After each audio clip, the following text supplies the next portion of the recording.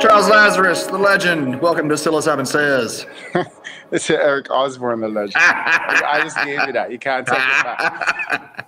How are you doing, brother? It's really nice to be invited to come hang out with you for a little bit. Yeah, for sure, man. For sure. Favorite, to geek out and high five on our favorite. Geek out on the shrooms.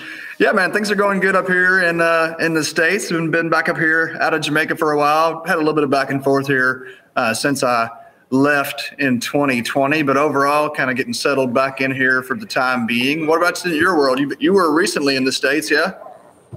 I'm there constantly back and forth because I'm keeping my finger on the pulse of what's going on up there. It's very interesting. I mean, it's our big neighbor. I think it's going to influence just the direction that we take down here because we can't help it. So I've just been keeping my finger on the pulse because it's fun. It's interesting. So I've been like going and checking out the regs in places like Oregon that is coming up in January. Mm-hmm. Just like what is it? What are they talking about? What direction are they going to go in? It's just interesting to me. Yeah. So how? There, but no, right now I'm in Jamaica. Right. So how are you seeing things developing in Jamaica around psilocybin? Since I left out, God, 2 years ago, things have got to be changing. What's the landscape looking like? You know, I hope I don't put my foot in my mouth because I unfortunately don't keep as abreast to what's going on in from a regulatory standpoint, if there's anything going on. And I try not to get bogged down in press articles or, you know, or any foreshadowing of good, bad, or evil, or in between. I am hands-on, boots on the ground, because as you know, we have a consumer brand, and I'm not, I don't know exactly the position of the other consumer brands, but I know that we are growing, and we managed to touch a lot of people, and there's a lot of great feedback that comes in from users and people that are fond of the brand. So that's really where I focus on. I just don't want to get too bogged down in things. But I would say that it's been really progressive. I see the retreat side has blossomed quite a bit, which is great. Mm-hmm. I mean, when I'm traveling, I'm always around people that are like, oh, we just got back from Jamaica, right? And they all have good experiences, which has been good. Like everyone I've spoken to, unless they're just trying to say that to me so I won't feel bad, but they've all seemed to have had really great experiences. As you know, Jamaica has that power center energy. Mm-hmm. So, and I direct people to Jamaica and the people that I know, because I think one of the biggest compliments you can give, well, not just compliments, but a profound thing to say to someone who is looking to go on a retreat and do this big, have this big experience, is to say, if I were in the throes of that, you know, of something profound, and I needed a little support, and I opened my eyes and I saw Eric was there, I would feel comforted. So that's really how I direct people. I go, this person would make me feel comforted. Mm-hmm. You know, that's the most you can really say. I mean, we're all different. So yeah, to get back to your question, I would say that on the retreat side and the tourism side, I've seen just so much growth. And then, you know, there are a lot of other products that have come on the market now. I mean, we stuck our neck out there with Patoo really far for the chopping block and tested to see if an axe would come down. And the axe didn't come down, so we just handled it like a product, like a very conscious product.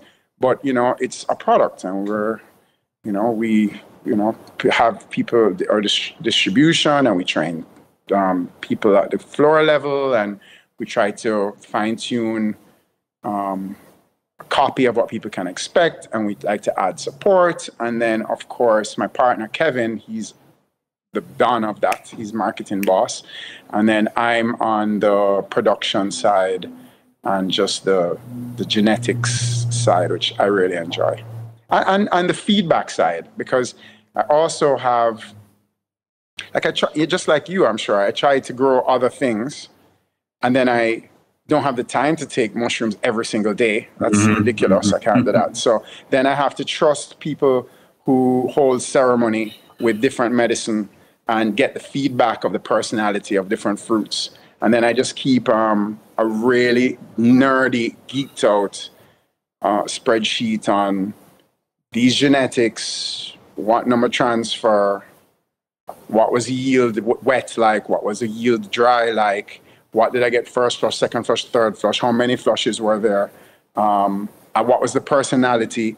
And if I kind of select in the wrong direction, I keep older versions that I can go back to and scrap the work I thought I did and go back to where it was, and then narrow it down, because at first I was just, 1,000,000 strains, I have to get, and that's ridiculous. Like I spent a year, I invested a year where I would say I failed.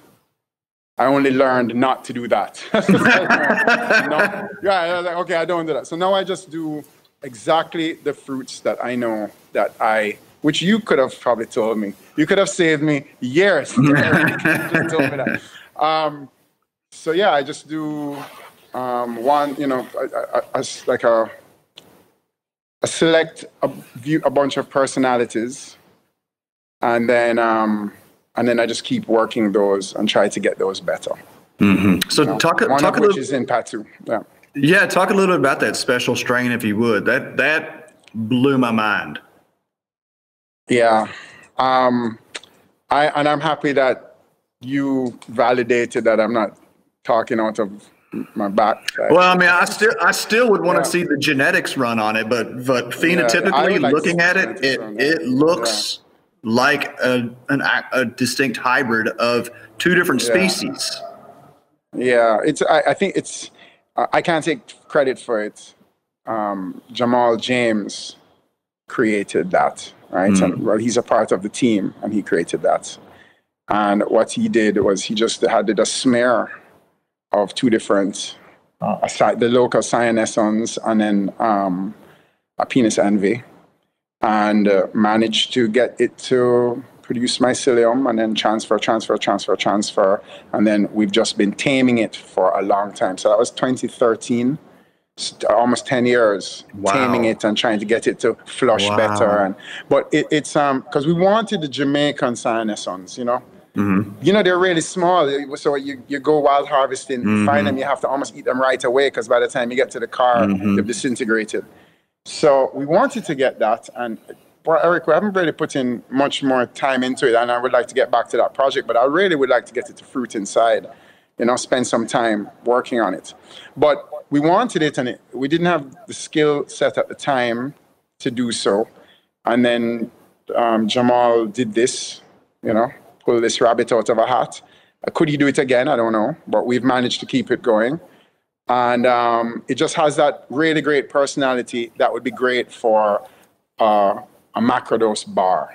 It kind of, in my experience, it kind of puts you got to sit down for a bit with it, You can't just run around the place. You're going to have to sit down a bit. But some people are different. I'm very sensitive to psilocybin, so a very small amount is a lot for me.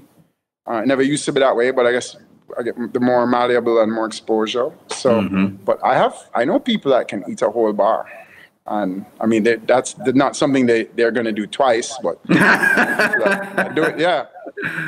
That's very different now. We have a little social dose chocolate, which is 0.7. Because what we wanted is we didn't want people to take too much, to kind of use the medicine irresponsibly. So we didn't want to package it in a way that you were inclined to do so. So we made it where you're going to consume this entire thing and you're not going to overcook. You're going to be social. So it's the social dose. And then for that, we use these Hawaiian genetics. At least that's how I got them. They might be anything, but that's what I write on the thing. And the personality is very warm and friendly and social and lots of energy. It doesn't have all of that psychedelic stuff going on. In fact, you're more focused and happy and great for conversation around a table. And if once you get the right amount in you, you won't overdo it. So nothing against alcohol. I enjoy alcohol. But a year and a half ago, I decided to go on an alcohol break. Okay. That was supposed to be like a month or two. And then I got to 3-4 months and I felt really great. And then I got to 6 months and it was like day one. I'm like, oh, wow, I just went through 6 months of changing the whole social paradigm to get into this day. And now I feel great. So why stop now? So then it just went to a year. And with that said, in November, I'm going on a Scotch tour. So it's not like I'm never drinking again. Right? I'm in Scotland to go to like all. But I'm actually nervous to do that because I don't want to like ruin this feeling I have. Anyway, socially, I feel like it's cool to altered state is a natural thing.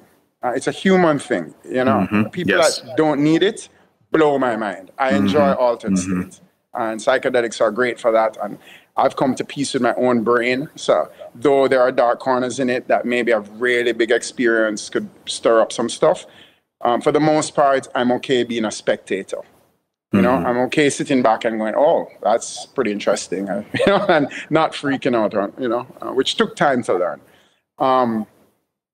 So I've been looking for things, substitutes, when I'm out and I'm being social and I have soda water with the lime. What can I do to have that some sort of altered state experience that is okay? I'm not going to panic. It's going to be good. So that's how we developed the social dose chocolate. It was for that reason. Nice. Yeah, that was a conversation we were just recently having here at home about, we did a microdose, like a quarter of a gram. And just kind of like every time I do that, I'm like, why don't I do this more? Why don't I do this instead of having a couple of beers, you know? So that application is definitely valid. I'm curious though about your personal practice. How is that? Like, do you have a kind of a varied practice, or do you kind of always stay within a certain range? Do you intentionally sometimes go into, a bigger dose, and what's that look like for you? I just wait for the call. I generally wait for the call. So I don't microdose. I used to. I did for a very long time, maybe a year. And that was great. And it served its purpose. And I'm really thankful. It was a time where it actually kind of put me on the path a bit, because it really helped smooth out the rough edges of a challenging time and allowed me to approach with grace what was going on, because I'm a man now and I cannot make silly mistakes. I have to be conscious about what I do. And it helped with that. And I'm really grateful. Every once in a while, which the knock is actually there right now, I want to do a heavier dose. I have a friend of mine here in Jamaica, and he grows mushroom. He doesn't really have a name for it. He just calls it a sacred mushroom. And it's a very, very, very beautiful personality. And he insists you got to come to his house and you've got to take it. He's got to give it to you. And he has his own way of handling it, his own spiritual protocol. And then you go for a nice moonlight walk with him by a river, and it's beautiful. And when I'm consuming that mushroom, I'm very open to going a little bit further than normal, in great company as well. The type of company that you can step away if somebody comes up, is talking to you, and you're like, I'm not having this right now, you can just go, and they're not going to get offended, in good company. And then there are other, I'm in the psychedelic world now, so I also consume other psychedelics, like not just mushrooms now. I mean, I haven't made it over to dimethyltryptamine yet, but I definitely have been taking more time with LSD, which is interesting. Okay. Like I go to Burning Man every year. I've been going 10 years with my wife. Okay. And it's our little thing. We like to go into the desert and, pretend that we're 7 years old again and ride around on bicycles and look at art and go to parties and whatnot. So it occurred to me in the psychedelic world that, before when you got LSD, you would get it from the dealer who had the LSD. But where's the guy who synthesized it? And what's consciously going on over there? That's kind of the world I want to be tapped into so that I can understand who and what and intentions and the alchemy behind, because you and I can both make brownies in the same kitchen with the same ingredients and yours come out better than mine, which explains good and bad. And fortunately, because of my music background and my network there, I managed to find just a really great network. And so on occasion, I will go down that route. That has to be in the desert. And then my friend and psychiatrist friend, who also goes in the desert with me, he's my campmate at Burning Man, a couple of years ago was like, oh, brother, he's the one who gave me acid the first time. He goes, oh, now that you've done acid, we've got to get you on some ketamine. And I was like, bro, what? But he set me up with these lozenges. Mm-hmm. And I experimented with them for some time because you could go a little bit or a lot. And then I got to this place where I figured out a whole little system for myself where I'd be at my house in the country, which you've been to, and I would go deep. I'd take a shower, set up like some frequencies playing on a sound system, get an eye pillow, tell everyone to leave me alone, message everybody and be like, don't message me or I'm going to be gone for a couple hours. And what I really liked about that is it's like a 90-minute, 1:15 to 90-minute thing. It's a full-on psychedelic experience, a different kind of psychedelic experience. Mm-hmm. Then you're back and you're like, okay, wow. And then I quickly write down what it was that just happened, like quickly before it disappears like a lucid dream. Mm-hmm. And that helped me with my mushroom experience because with that, it's kind of a disassociative. So you're observing what's going on around you and you're observing the thoughts kind of like as from the outside. So when I learned to do that, then it made me a lot more comfortable going deep on psilocybin because it made me comfortable just being the observer.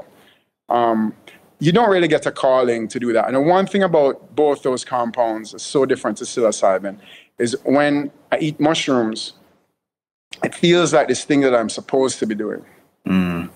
Whereas anything else feels like something I'm visiting and it's cool, I check it out, but then it's not like there's some long-term benefit or I'm rewiring anything or it was just like for the time, a perspective shift. So what do you think this is, this calling? I get it. You hear people talk about this. What is calling to us from the other side of the mushroom? Mm-hmm. That's a good question. I mean, it's like I tell people when they start their microdosing practice, they say, well, how long do I go? I say, oh, you tell me how long. You'll know. And they go, I'll know. I'm like, I promise you, you will know. And you just do what you think is best. So with a big macrodose like that, I don't know.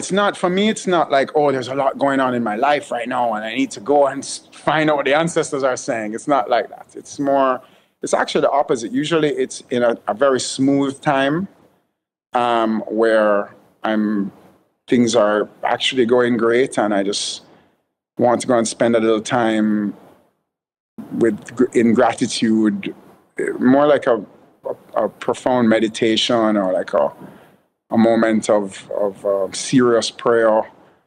I have this theory that,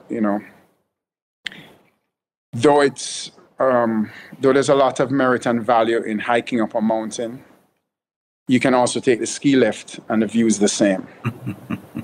So yes, I'm sure I could spend a lifetime of meditation and learn to tap my own dimethyltryptamine and whatnot, right? But sometimes I just get this calling to do that, So, and then also I have no choice. Also, I grew these mushrooms and one of them says, eat me.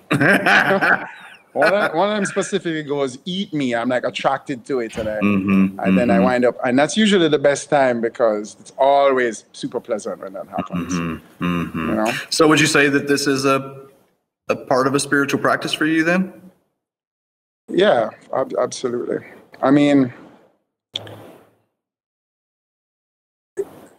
ineffable is the word to describe, is the word we would use because it's really hard to come down and give somebody, what's it like? Oh, well, it's like this. That's very hard.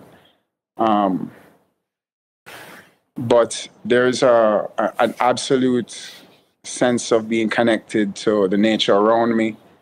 There is this ability to feel like almost like a web to all the people that I've loved. and to be able to visit them. I feel like in that space, you can visit people that are far away. And what I usually do is I'll just reach out to a few people that I want to, and say, hey, I'm going to try and meet you at that place we were. Remember when we were at this place? Well, I'll meet you there in 45 minutes. And then I just meditate on that and being in their presence, and then try and create that connection to them. There's a lot that you can access. And the more time you spend there, is more comfortable you are there. And then, of course, as you know, integration is important. I like to keep I never used to do this before, but I had went through this thing in January, February that, like, for the first time in my life, made me want to go and get therapy. Right? I had to get someone to talk to that I didn't know. And I did that. And then because we were spending so much time on me giving them the backstory, I thought what I should do is I should write. I express well in a written form, right? So I should write it out and then just give them ahead of time so that they can have some context before I go into these sessions where I spend the whole session telling you the story. And then found that to journal was like amazing for me. Yeah, awesome for me. So I've just been journaling a lot. Yeah. So there's kind of two ideas in this same category, which is your consumer product. I want to first say that it seems like your respect for the mushroom really shows up in the products that you present. The packaging, the branding, everything seems to be really intentional and really thought out. It looks like something very special. That gold wrapping, the box and everything, it's just like, this looks like something very special. And I'd love to hear you talk a little bit about your intention behind the development of the brand itself.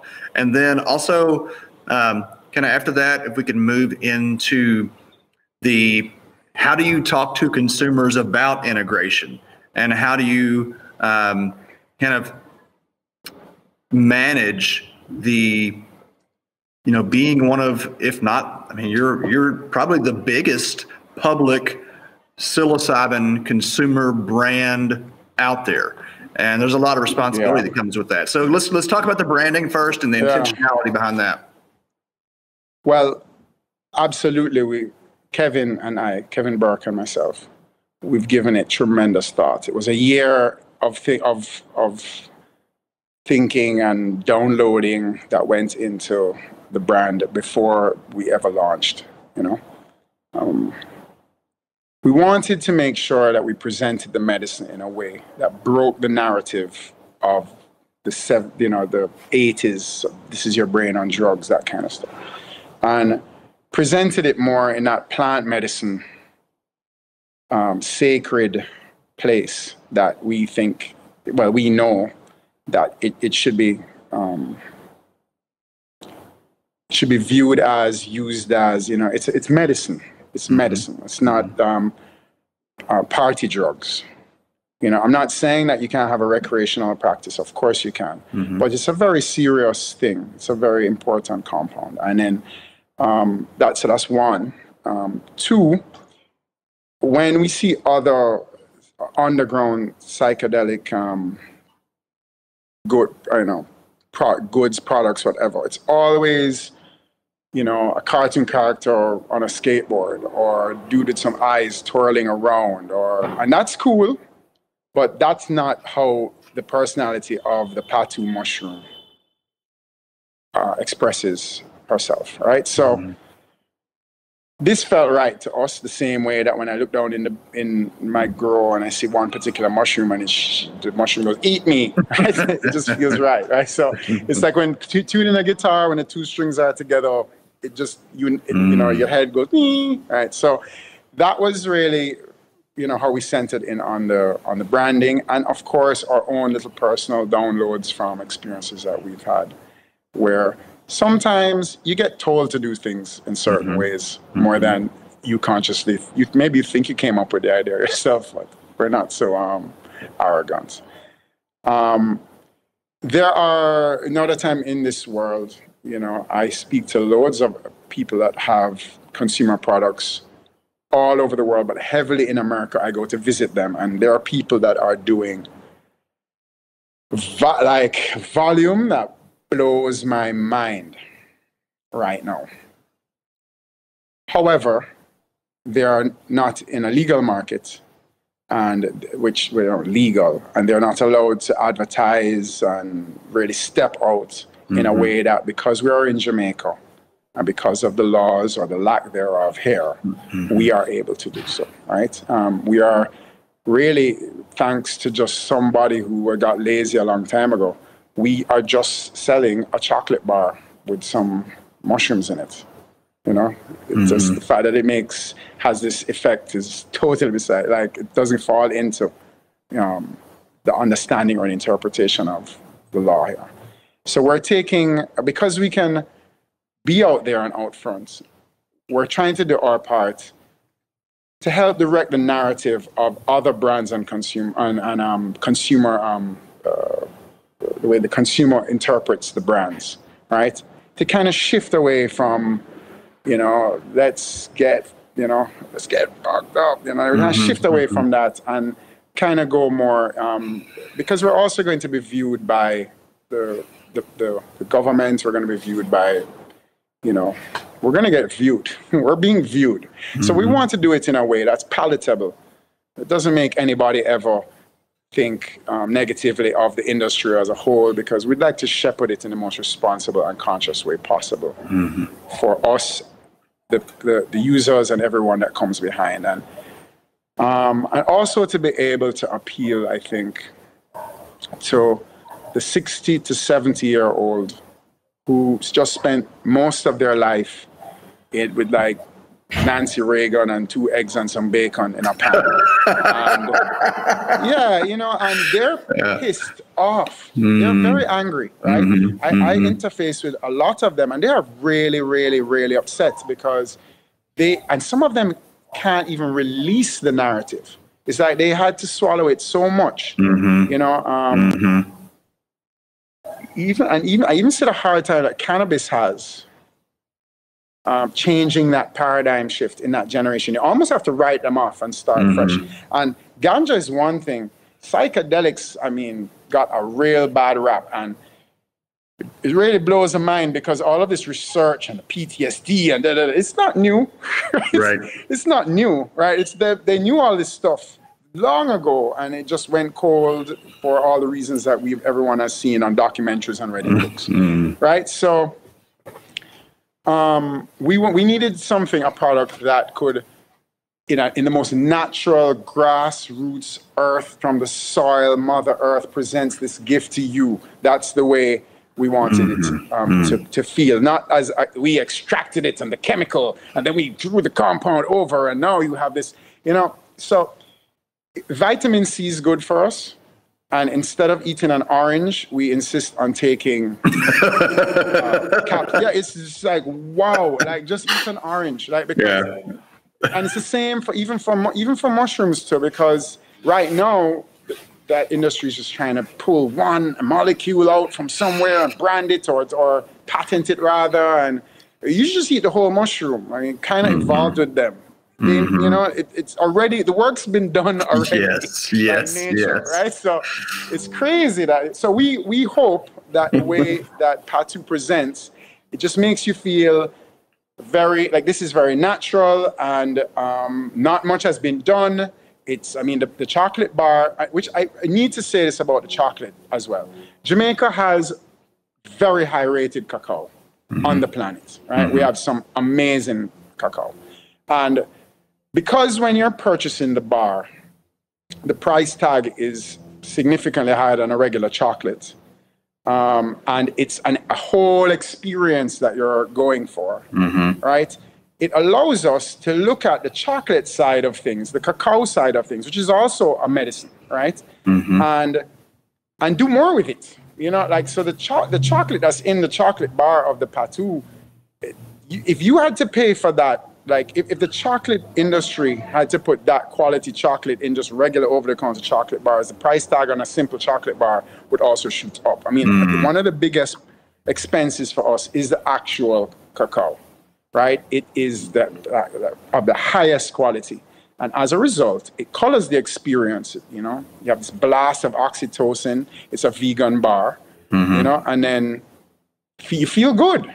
And then behind that, you have the expansion of psilocin and psilocybin, whatever, right? And then it builds on that. So we have some really great and positive feedback from it. But in the bar, I mean, it's cacao, sugar, psilocybin containing mushrooms. I mean, I wish we could do something about the sugar, but it's dark chocolate, so it's got minimal sugar, but it's still got sugar in it. Yeah, you have loads. Sorry, it's like 4 ingredients or something. It's not. That's beautiful, and it's Jamaican cacao. It's all Jamaican cacao. Everything is earthed in Jamaica. All of it comes from St. Thomas on the East Coast. Okay, that's a beautiful part of the island as well. Single source. Oh wow, that's incredible. Single source, yeah. The chocolate part's a big deal to us, but no one talks about that. Everyone wants to focus on the mushrooms, of course. Yeah, I don't know if that's... It's a great chocolate bar. If that's, you know, because mushrooms are still relatively new down there, or if Jamaica...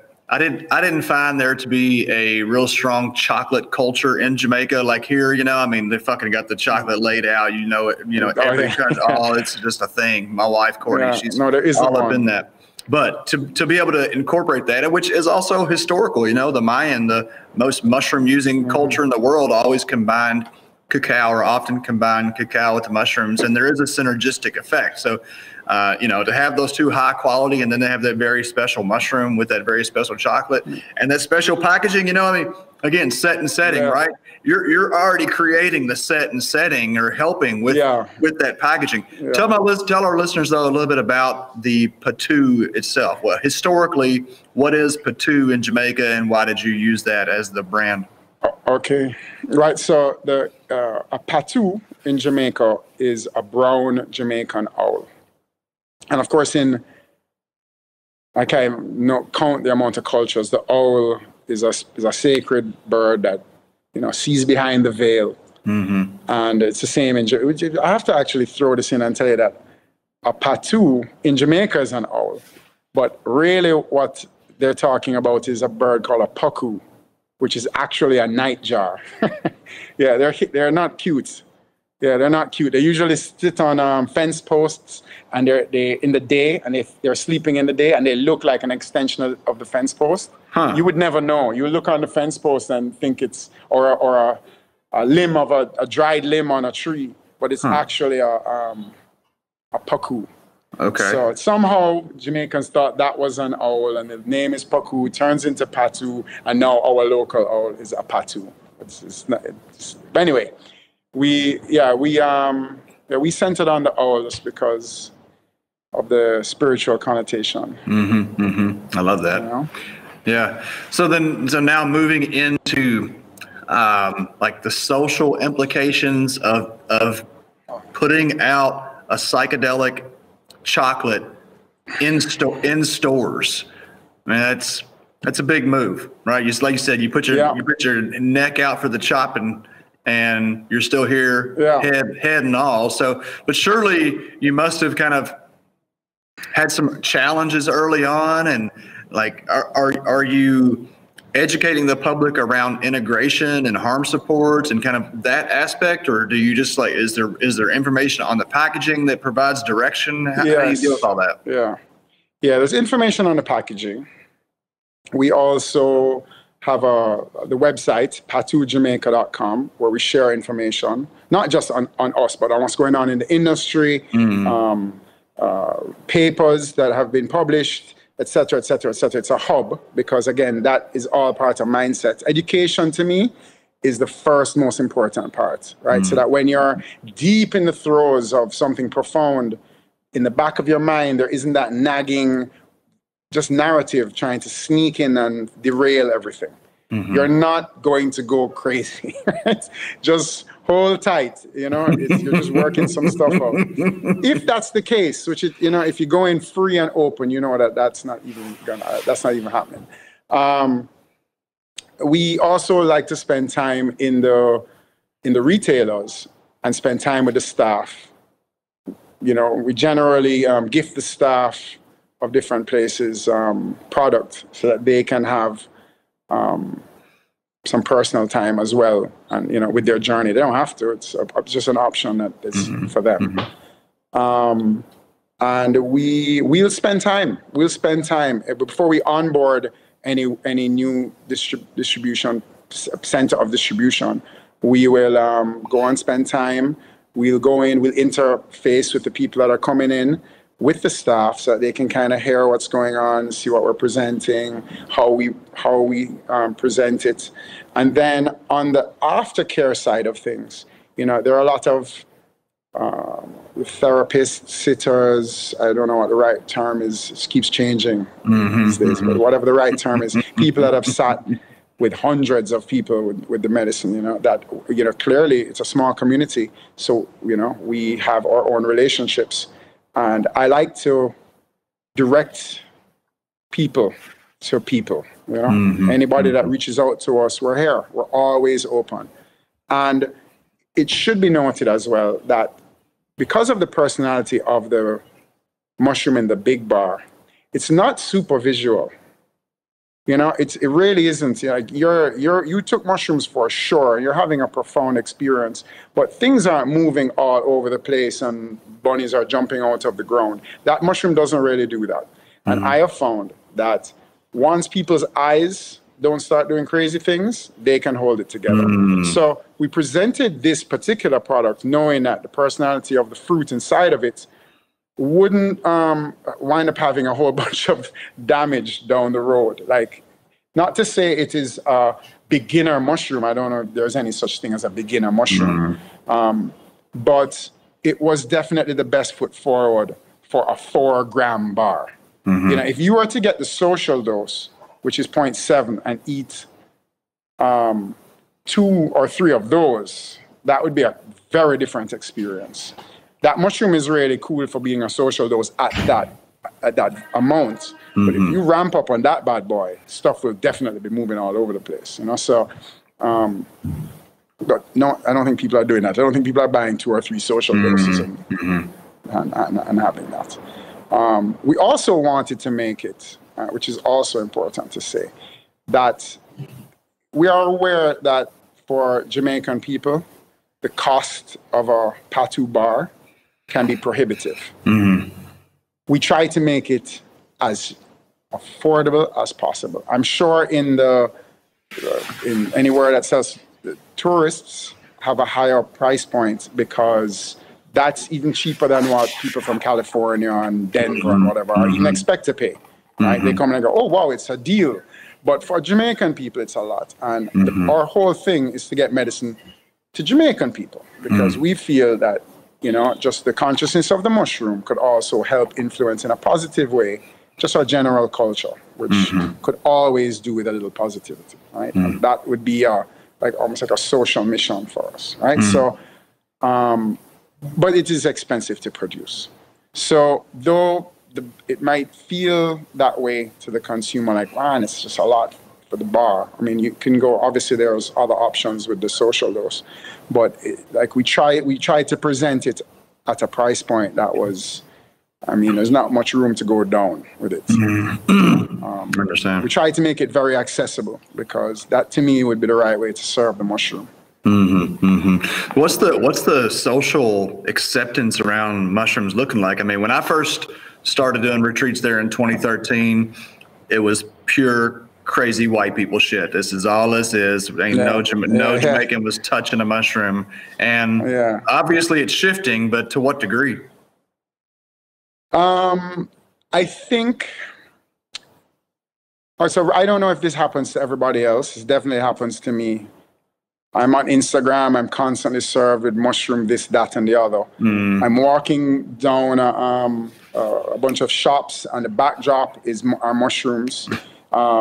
on albums of music right now. You cannot turn around. It's everywhere. Yeah. And mushrooms aren't coming at you, right? So then, having learned from the mistakes of the past, the people who are shepherding the narrative at the highest level, I'm going to say in America and Canada, but in America, are being very responsible with making sure that the paradigm, in a way, it shifts, right? So, and from a scientific place, they're not coming with the anecdotal stuff anymore. They're coming with, this is the science behind why this works and why this is a fact. So it's making it that it's hard to deny, like those old things that you could hide behind that weren't true, those old stories. It's kind of hard to hide behind that, especially at the regulatory level. I mean, I don't want to speak out of turn. I don't know what's going on in behind closed doors in Jamaica, or maybe how it's viewed, but it's kind of hard to prove at this point that it's not super beneficial. I mean, the president of the States just spoke about, in the short run, having psychedelics off the list, I mean, people just had a really hard time with that pandemic. They were locked up inside their house. That's like the worst thing you can do for anyone struggling with mental health problems. Isolate them. And we have a lot of people that are really hurting. And those crazy meds, in the drug business, they say you can never get enough of something that almost works. Right? So all of those SSRIs and whatnot, they almost work. If you even look at the action, the science in the action. Now that I'm more like versed on the neurology and the neuropharmacology of things, I go, wow, that was really that's like a scatter shot, hoping that that's going to work. But psilocybin does work. And people are hurting. And it would be really hard. It would be almost like sadistic at this point to deny people a natural medicine that they can help themselves with. Because you have a lot of people that will suffer in birth, they'll suffer in pain and agony because something isn't legal. It's incredible to me. I'm sorry. I'm sorry for them. Incredible to me, So I think that the acceptance in Jamaica is shifting. However, I could be in an echo chamber because all of us are high-fiving each other about mushrooms. Because that's the only people I hang out with now, right? So, well, 10 years ago, all of the things. Right? You wouldn't have had mushroom people to hang out with 10 years ago, So even at that scale, it's growing out. I went last year to the Wonderland conference. Microdose puts it on. I'm going again this early November. And of course, around it, I always schedule my business meetings, meet and greets with other companies that are doing cool things, people that have really awesome science that I would like to employ, et cetera, et cetera.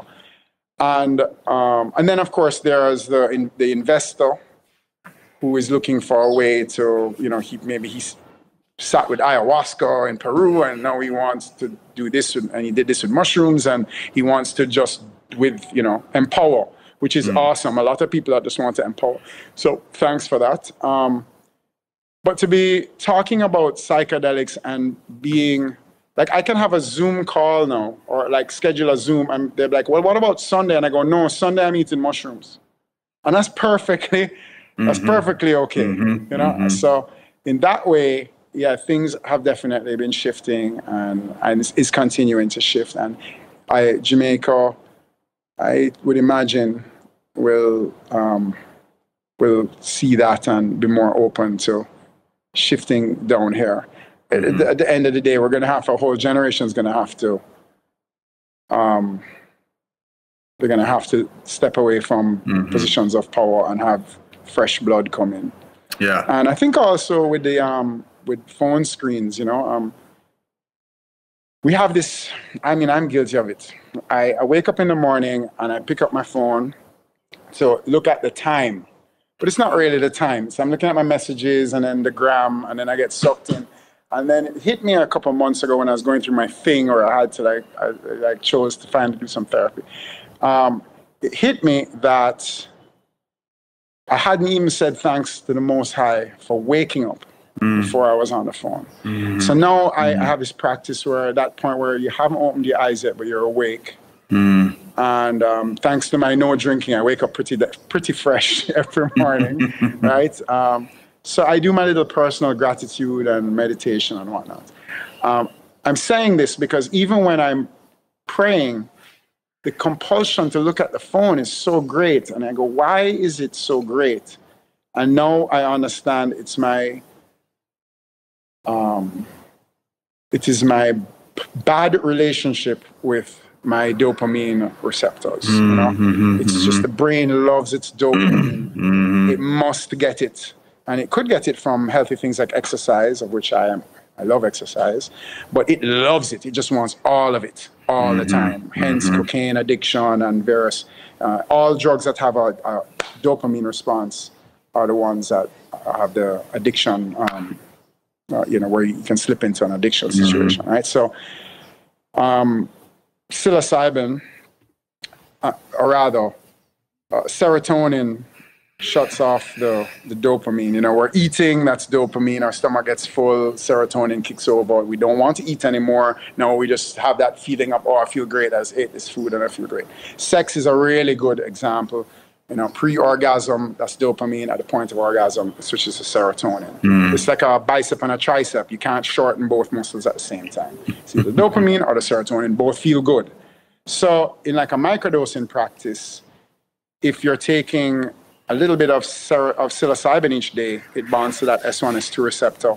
And because that receptor is loaded, even in a subperceptive amount, it quiets that dopamine nagging thing that's like just on you. Now, in this current world where it's just the gram, it's Facebook, TikTok is the worst. But like, it's all bad.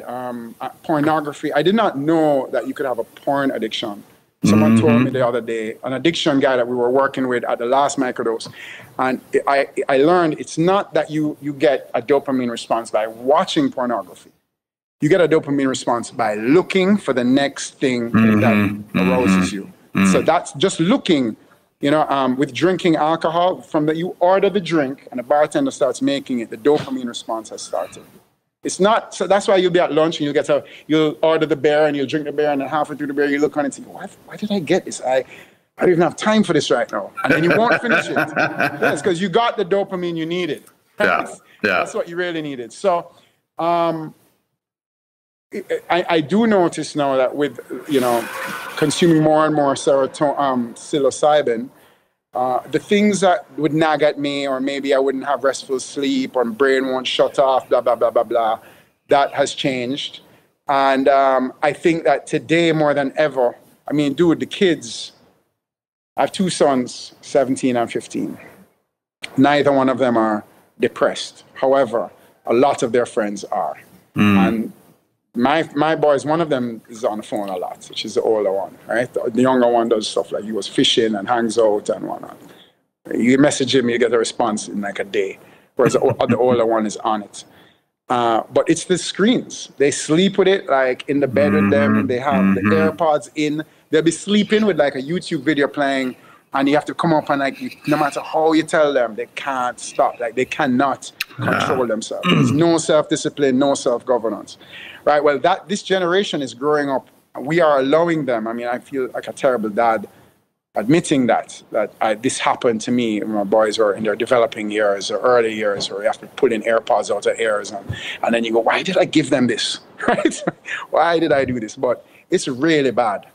It's really, really, really bad. And there's going to be, we're heading to like this on top of our pill popping culture and all of the pharmaceuticals and whatnot. We are heading to where young kids are depressed.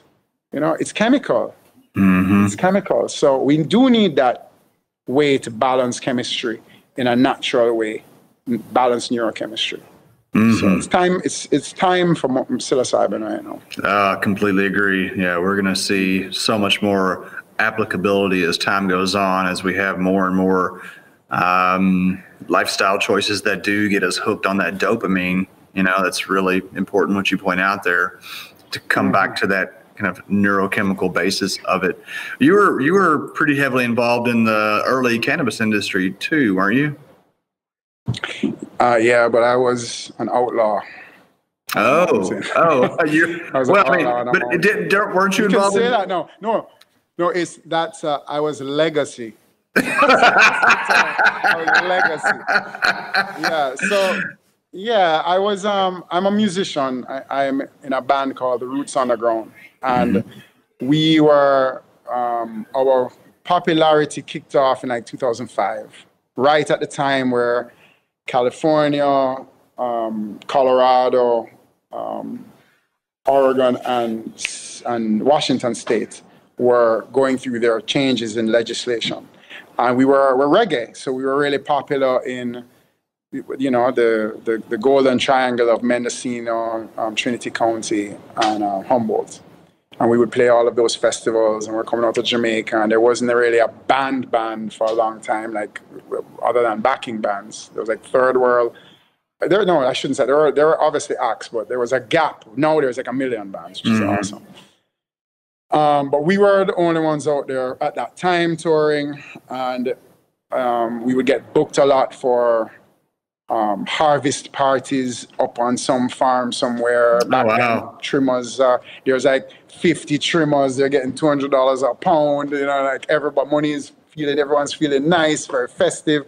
You know, it's usually between Halloween and Thanksgiving. That's harvest, right? So we were just exposed there heavily to that part of the cannabis industry, you know, playing reggae on the river and Sierra Nevada and over there, and then of course down in Colorado.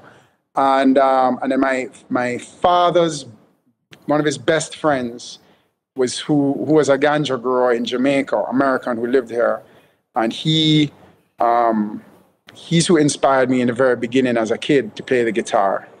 And then after my parents, I lost my parents when I was young. I was like 21. And shortly after they died, he said, you know, I'm done. I don't want to be here anymore. Your father is gone, mother gone, I'm out. Right? So he moved back to America and then slowly made his way to, I think he moved out like 2000 to Humboldt.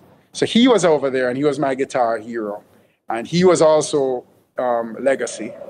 So we would, in between shows or in the tour, we would kind of go and visit him, play guitar, play parties for the harvest, you know, the harvest up there. And then after a while, we're like, yo, we should just stay up here and help him with the harvest.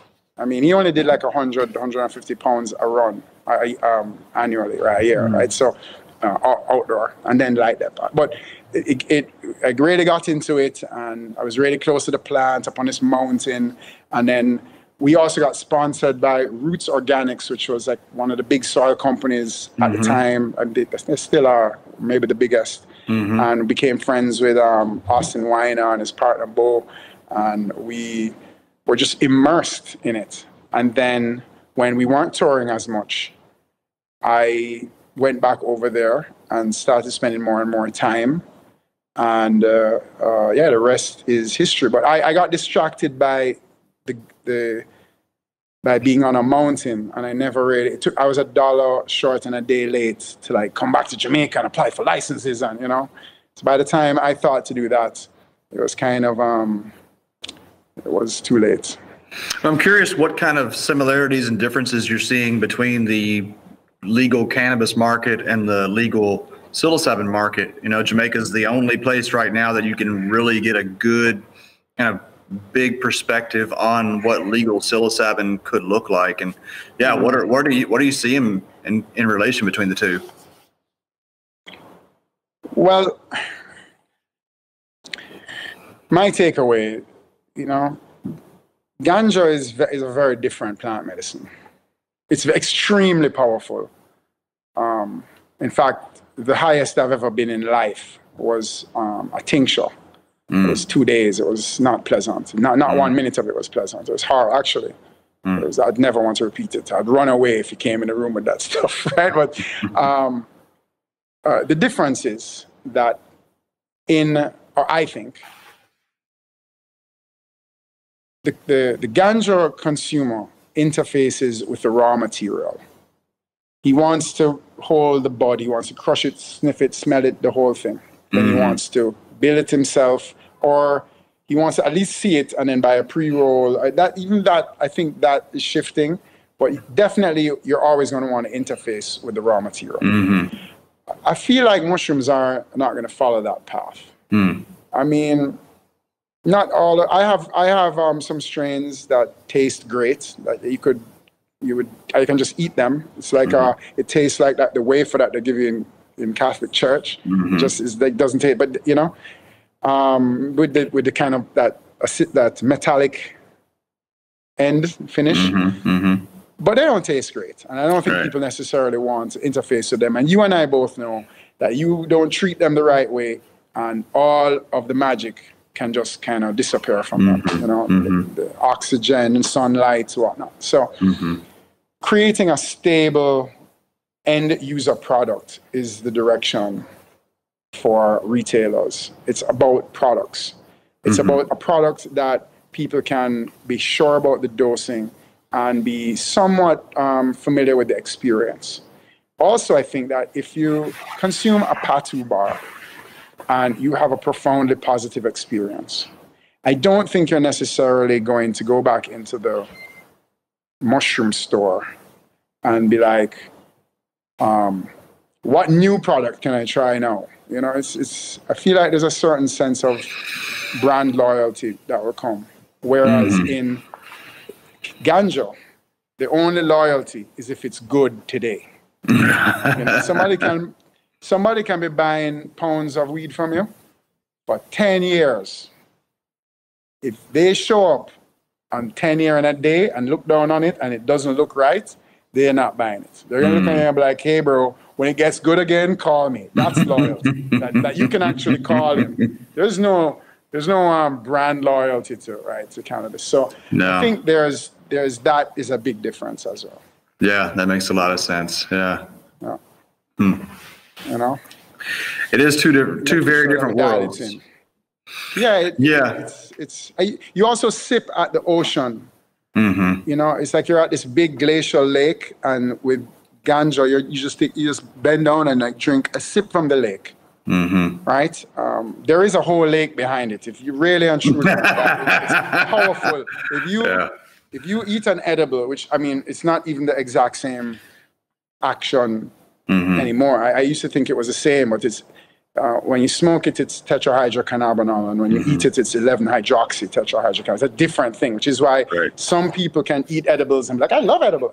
You keep that away from me. I do not want an edible at any time.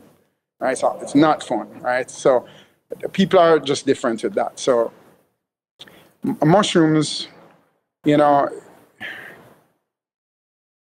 you can be in the full throw of it, but you know, also the action is going to be over at a certain time too. Like drinking and smoking ganja require the reset of sleep. Like you drink a couple of beers at lunch, and you're going to be aware that you drank at lunch for the rest of the day. Tomorrow morning when you wake up, and you're fresh again. Same with smoking. If you wake up in the morning and start smoking herb, I'm sorry, for me, there's that like this dull cloud that follows me the whole rest of the day. I got to go to sleep that night, wake up the next morning. But with mushrooms, it puts you right back where it found you when it's finished. You know, like yes, the way you look at things might be a little bit different, but like as far as earlier today, I ate mushrooms, not so much. You know, it's very gentle when it returns you.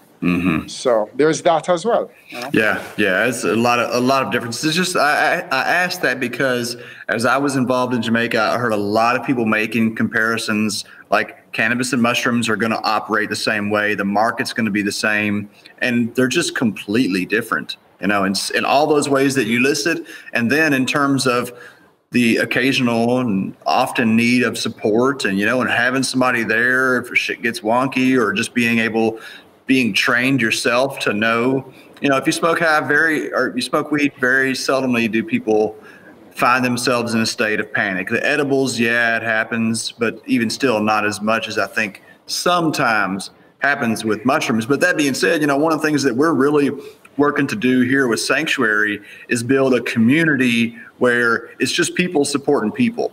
No, you don't have to pay a bunch of money for somebody to sit with you while you take mushrooms. It's just people that take mushrooms. They know how to take mushrooms. They enjoy taking mushrooms, and they enjoy being with other people in that space, and just everybody supporting each other, And I'm just curious. I'm so excited and curious to see how this is going to develop. And because we're in the space that we're in with this church, then we can operate in a way that is very different than like Oregon, what you're seeing there, and all this highly regulated, and even the retreats in Jamaica. We just feel like so much more of a sense of freedom in this space. And that's what we would ultimately like to transfer to others. So, what you're doing with Patoo and bringing this to the public, and having education be a component of that, having respect be a component of that, the intentionality behind the product and the design of the product and all of that, it feels to me like you are trying to educate the culture on how to bring this in as just a normal part of life. Yeah. Well, first of all, bro, I have a lot of ratings for what you've been doing. Thanks. That's the way I personally want to take mushrooms. The retreats are great, but that speaks to somebody that needs something different than me personally. So it's great to know that I can come over by you and just eat some mushrooms with a bunch of people that know about eating mushrooms. Should I have a need for some support, there's a community of support that, I think that your approach, is the traditional approach that's been going on for thousands of years. It's just a modern version of it. You just have found a way to package it that fits into Babylon's system. So that's but it's not reinventing a wheel. It's just doing it the right way for now. I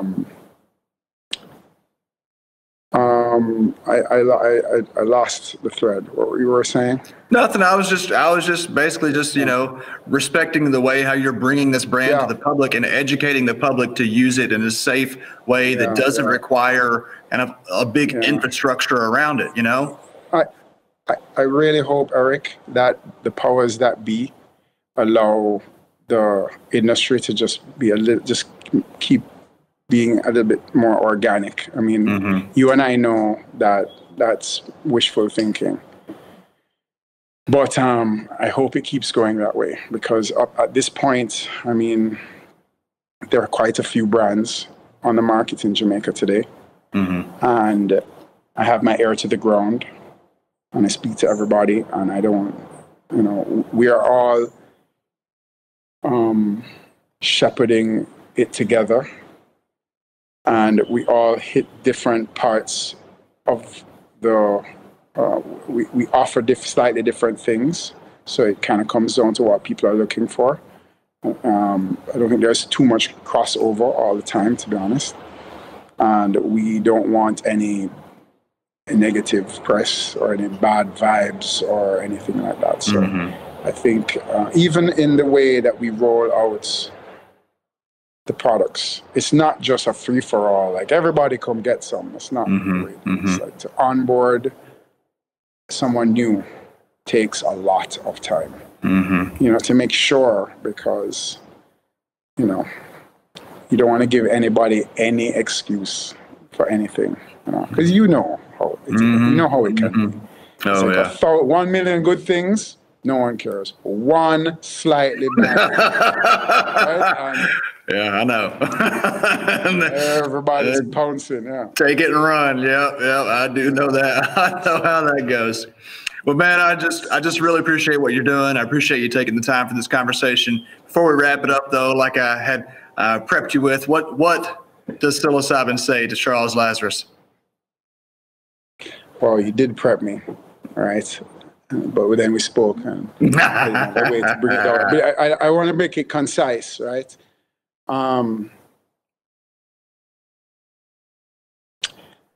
This is what it is for me.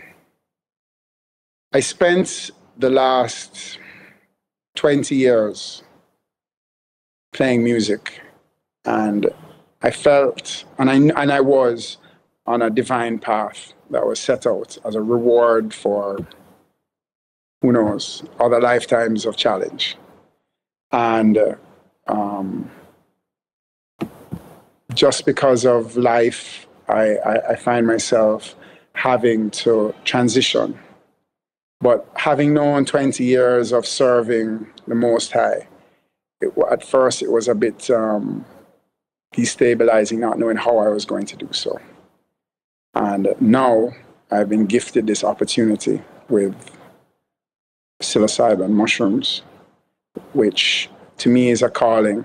I feel like I've been chosen to be on this path, and I plan on serving this path and not looking left or right, and just keeping my focus, because you can't work for the Most High every day and he lets you starve. So I'm not even looking about that. I want to be able to help people. I don't think it's fair that some people don't have some connection that we others might take for granted, and the opportunity should be there for them. So psilocybin to me is, I want to say, I want to be an agent of change through psilocybin. Well, it seems like you are doing just that, my man. Making big waves down there on the little island with the big sound. Really appreciate your work and appreciate you being here. Yeah. Thanks for having me, Eric. Absolutely. Absolutely. Love and respect. All right, brother. Bless up.